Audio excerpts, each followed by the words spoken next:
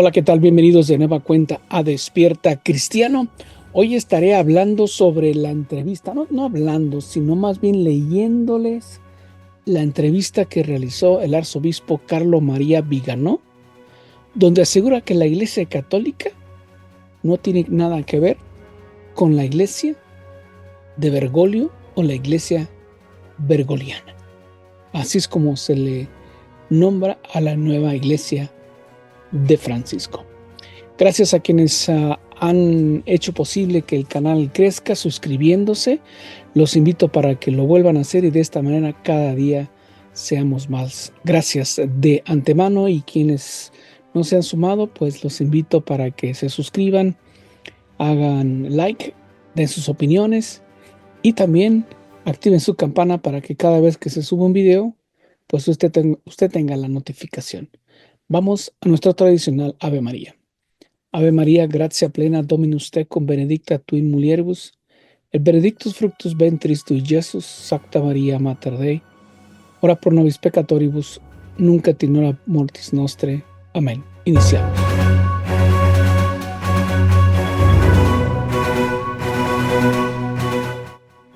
El siguiente texto que les voy a leer, no voy a opinar porque de por sí ya el arzobispo Carlo María Viganò es muy claro en sus declaraciones.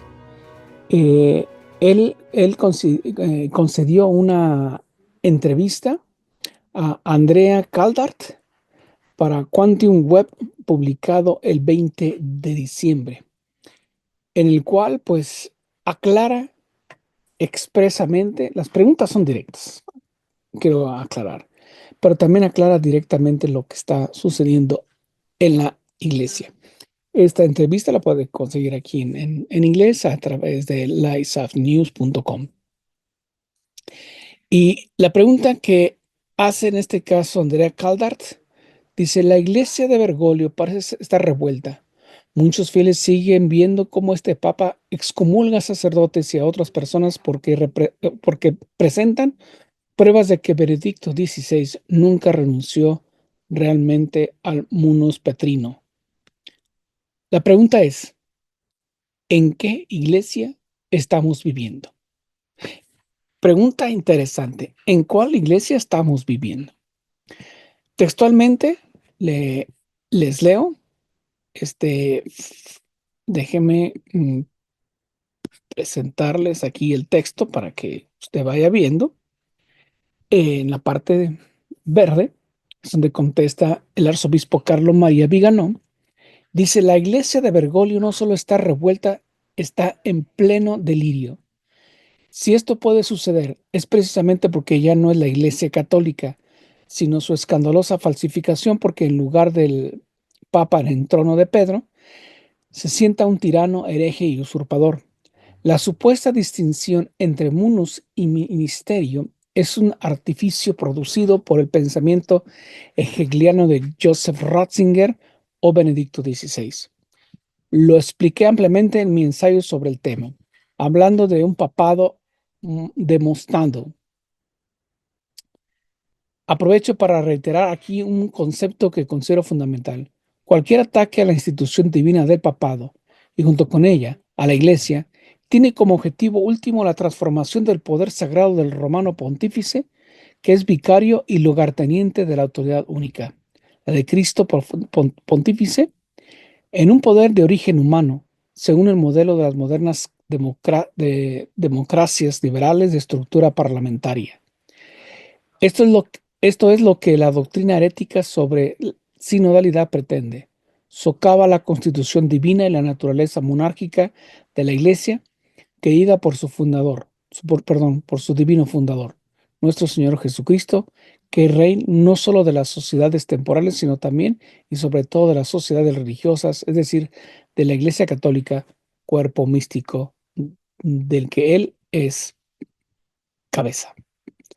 Les estoy leyendo.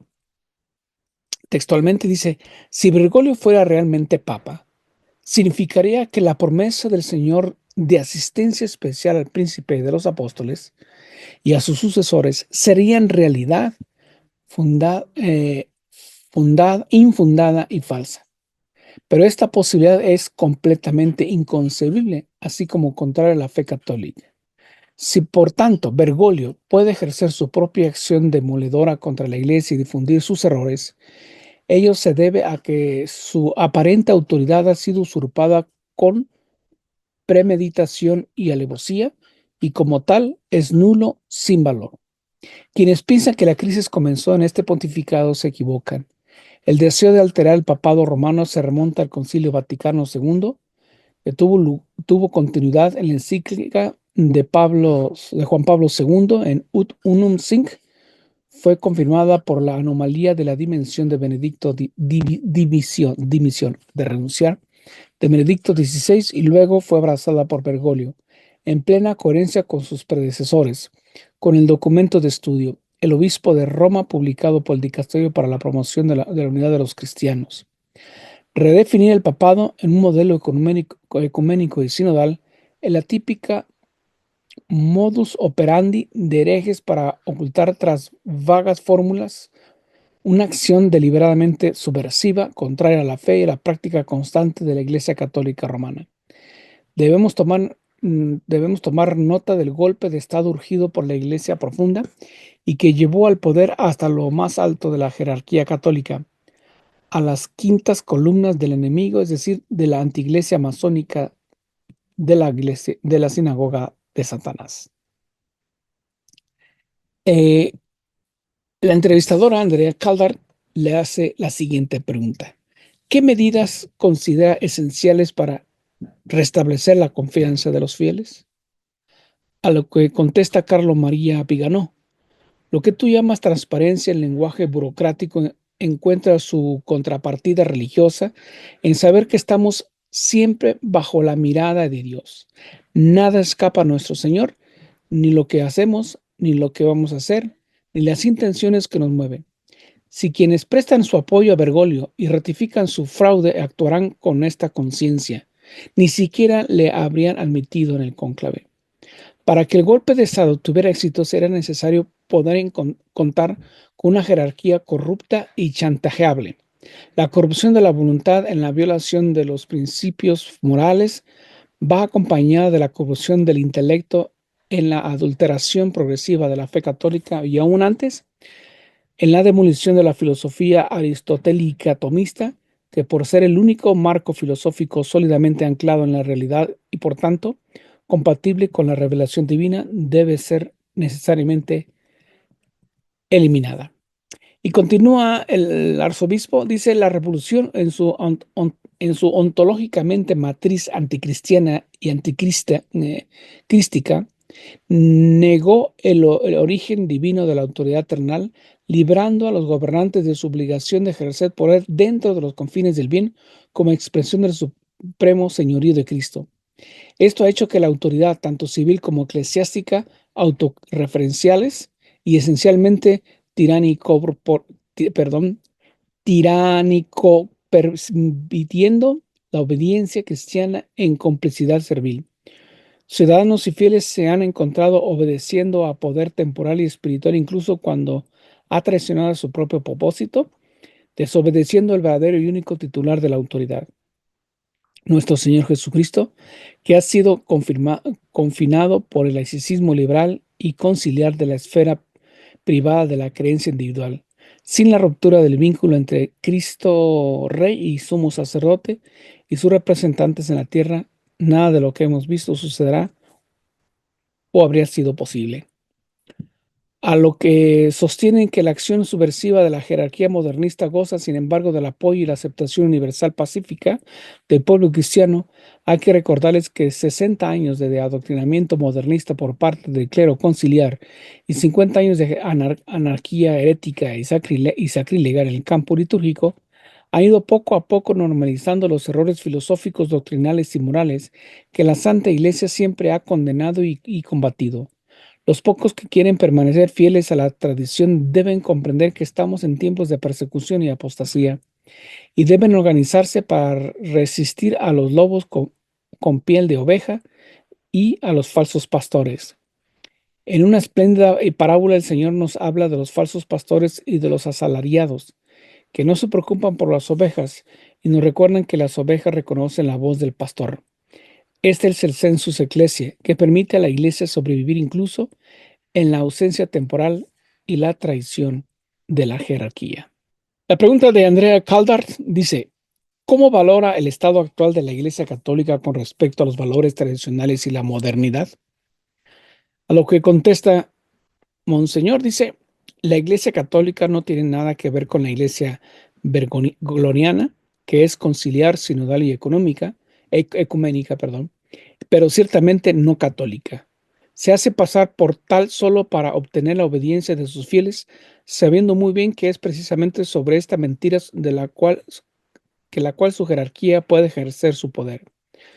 Por otra parte, el ficción de una autoridad subversiva que opera contra la institución que preside se reproduce también los gobernantes civiles, que son igualmente traidores y usurpadores. Lo desconcertante es ver el nivel de ofuscación de las conciencias al que ha llegado la sociedad, pues no sabe cómo reaccionar ante la violación de los principios sagrados y de hecho coopera pasivamente, en su propio exterminio físico y moral. ¿A qué debemos esta actitud de renuncia? Dice la pregunta, mejor dicho, de Andrea Caldart, incluso de postracción total a las posiciones ideológicas del mundo moderno por parte de la Iglesia de Bergoglio. Contesta el Monseñor Carlos María Viganó. Dice: el afán por comprender la mentalidad del mundo comenzó en el momento en que la jerarquía, en su más alto nivel, dejó de ser obstáculo y, en cambio, se convirtió en cómplice y cooperador de la difusión de los principios liberales y laicos. Esto ha sucedido en la Iglesia Católica a través de la Revolución Permanente inaugurada por el Concilio Vaticano II, que ha subvertido por completo toda la jerarquía de valores, al desplazar arbitrariamente e ilegítimamente el centro de gravedad del cuerpo eclesial de Dios al mundo, de Cristo al hombre. Esta revolución, al afirmar que quiere restaurar la centralidad del hombre, sus derechos y su dignidad infinita, niega consecuentemente la centralidad de Dios y lo confina a la esfera privada de la conciencia del individuo, desalojando así a nuestro Señor de su señorío universal y, de hecho, privando también a la Iglesia docente de su autoridad. En el momento en que el ejercicio de la autoridad papal y de los obispos encuentran su legitimidad en, la, en el consentimiento de los fieles, ya no actúan como vicarios de Cristo que desde arriba les invita al sagrado poder de pastorear a su rebaño, sino que se convierte en meros representantes de un mandato colegial y sinodal, por tanto, precedente desde abajo. Es evidente que esta autoridad se vuelve autorreferencial e ilimitada y, por tanto, esencialmente tiránica. Así que Monseñor dice que el primer paso hacia la destrucción de la iglesia se dio precisamente inculcando en los fieles un sentimiento de inferioridad hacia lo que no profesan la fe convencional, convenciéndoles de que la fe es opuesto en contradicción a la ciencia, como si el Señor no fuera el autor de ambos, es decir, de la ciencia y de la fe.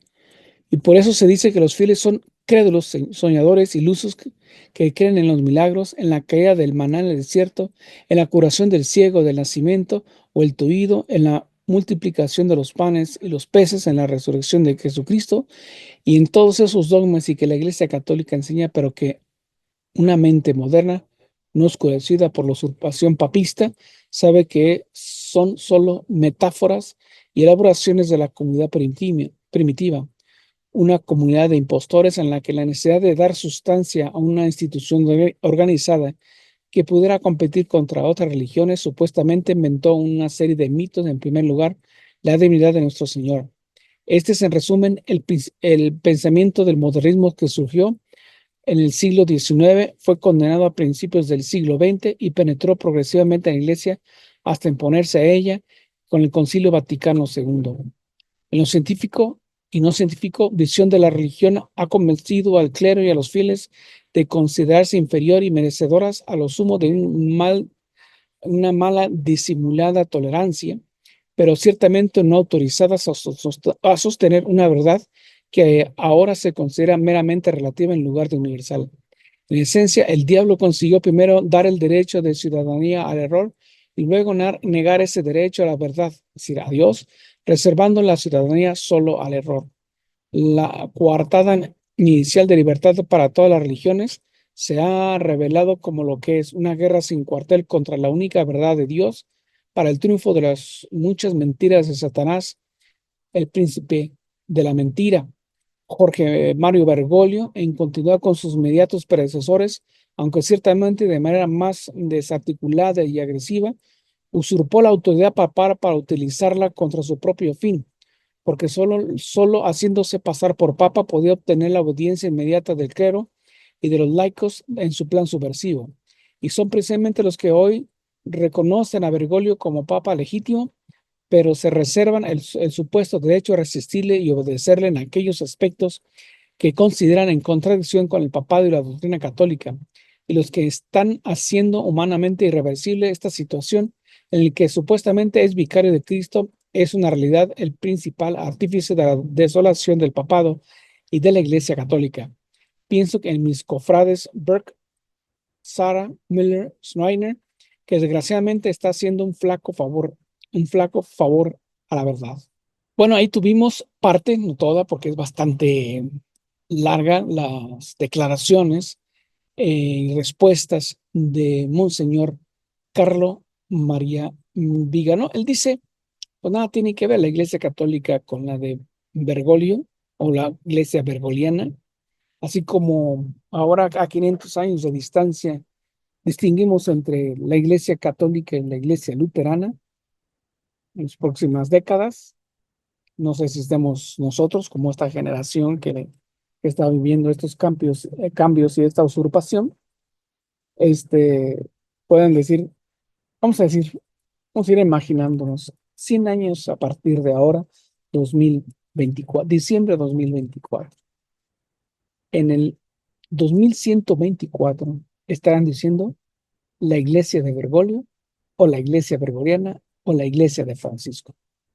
Ya no estarán diciendo que es la Iglesia Católica. La Iglesia Católica será una parte, vamos a decir, separada o aparte de lo que es la Iglesia de Francisco. ¿Qué opina usted de todo lo que parte de lo que ha mencionado el Monseñor Carlo María Vigano? Muchas gracias. Leo sus comentarios. Hasta la próxima.